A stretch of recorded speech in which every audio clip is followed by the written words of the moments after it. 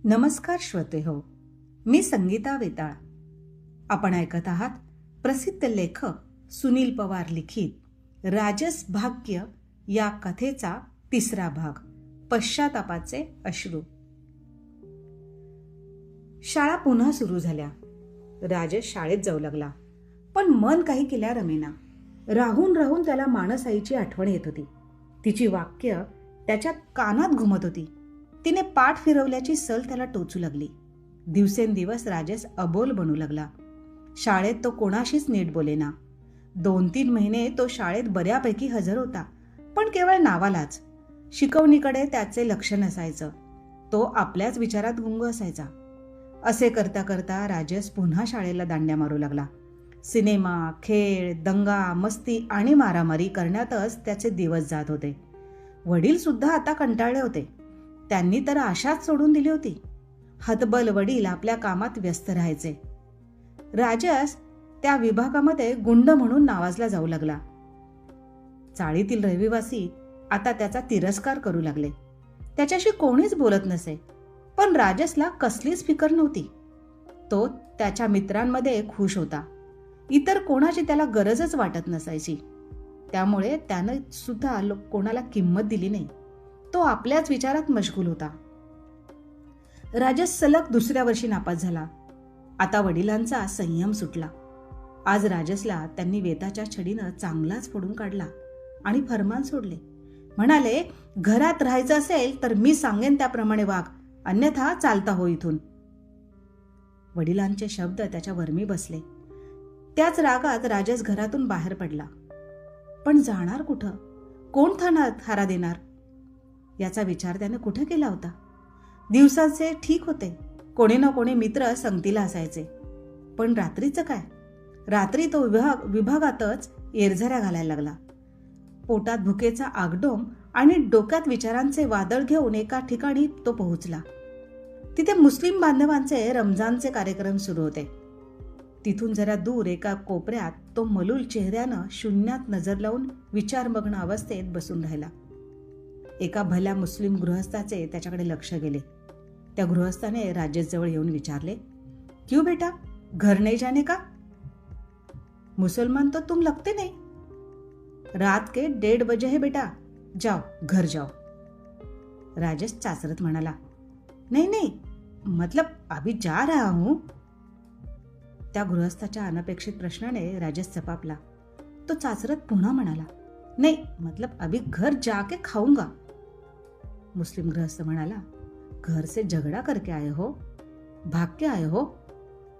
आता मात्र राजसचा संयम सुटला आणि न कळत डोळ्यातून अश्रू वाहू लागले. त्याची ती अवस्था पाहून त्या गृहस्थाला त्याची दया आली. त्याने जवळच असलेल्या ठेल्यावरून राजसला मसाला बटाटे आणि खजूर असे काही पदार्थ खायला दिले. राजसने सुरुवातीला ना ना म्हणत ते घेतले आणि भुकेलेल्या व्याघ्रासारखे त्यावर तुटून पडला. पोट भरल्यावर राजसला खूप बरं वाटलं. त्याच्या डोळ्यात त्या गृहस्थाप्रती कृतज्ञतेचे भाव दिसू लागले. राजसचे खाऊन झाल्यावर तो गृहस्थ म्हणाला, देखो बेटा, तुम मेरे बेटे की उम्र के हो, इसलिए एक सलाह देता हूं. देखो, बुरा नहीं मानना, अभी तुम नादान हो. अच्छे बुरे की तुम्हें पहचान नहीं है. अपने माँ बाप का कहना मानो और खूब मन लगा के पढ़ो. आज तो मैंने तुम्हें खाना दिया, मगर कल कौन देगा? जरा इस बात पे गौर करो. इस दुनिया में माँ बाप के सिवा कोई किसी का नहीं होता. यार दोस्त सब उनके हिसाब से तुम्हें मिलते जुलते रहेंगे, ना कि तुम्हारे हिसाब से. इसीलिए कहता हूं बेटा, घर जाओ. अच्छा चलो, मैं तुम्हें छोड़ के आता हूं. राजस घाईघाईने म्हणाला, नहीं नहीं, मैं खुद ही जाऊंगा, सच्ची जाऊंगा. शुक्रिया. असं म्हणून राजस तिथून निघाला खरा, पण जाणार कुठं हे त्याला तरी कुठे ठाऊक होतं. रात्रीचे 2 वाजून गेले होते. इकडे घरी राजसचे वडील अस्वस्थपणे एरझऱ्या घालत होते. मनात नको नको ते विचार येत होते. कुठे गेला असेल? काय करत असेल? इतकी टोकाची भूमिका घ्यायला हवी होती का? आज त्याची आई असती तर कदाचित तो सुधारला असता.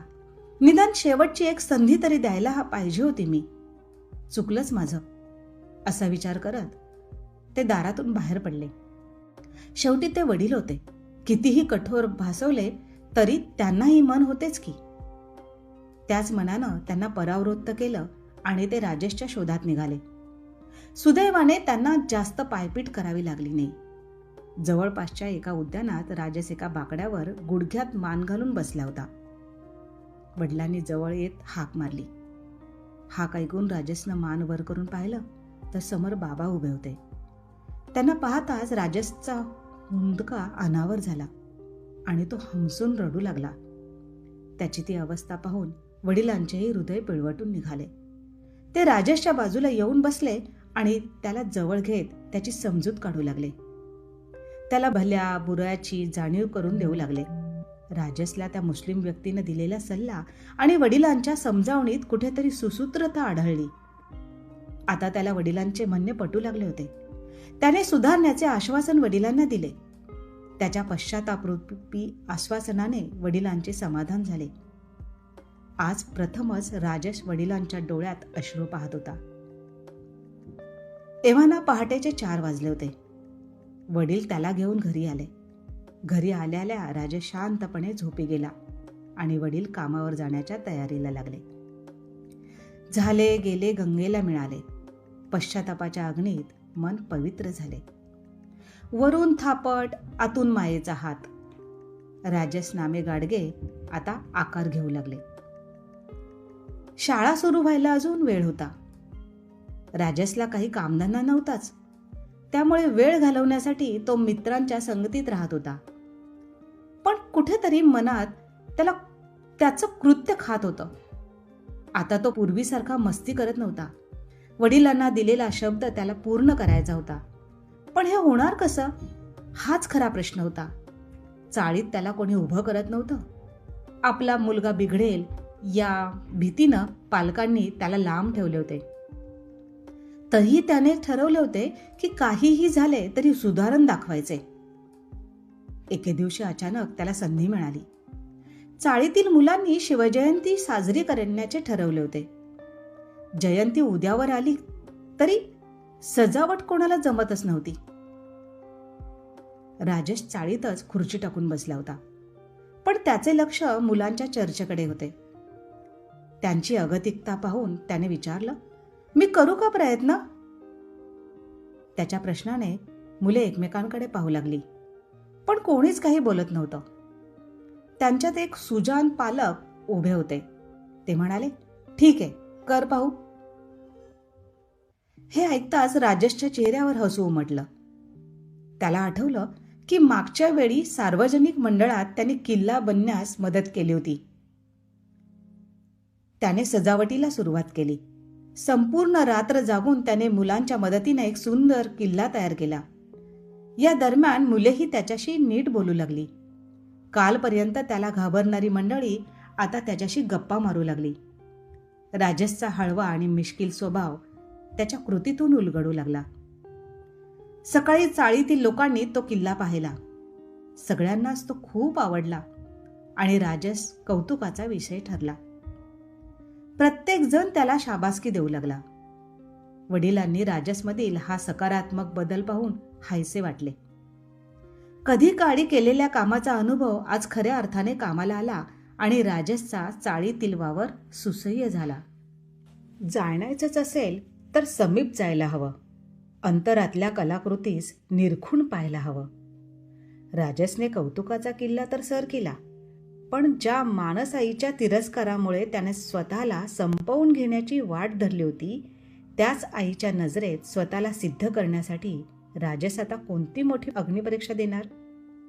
हे जाणण्यासाठी आमच्या चॅनलला सबस्क्राईब करून बेल आयकॉन दाबा आणि पुढच्या भागाची अपडेट ताबडतोब मिळवा.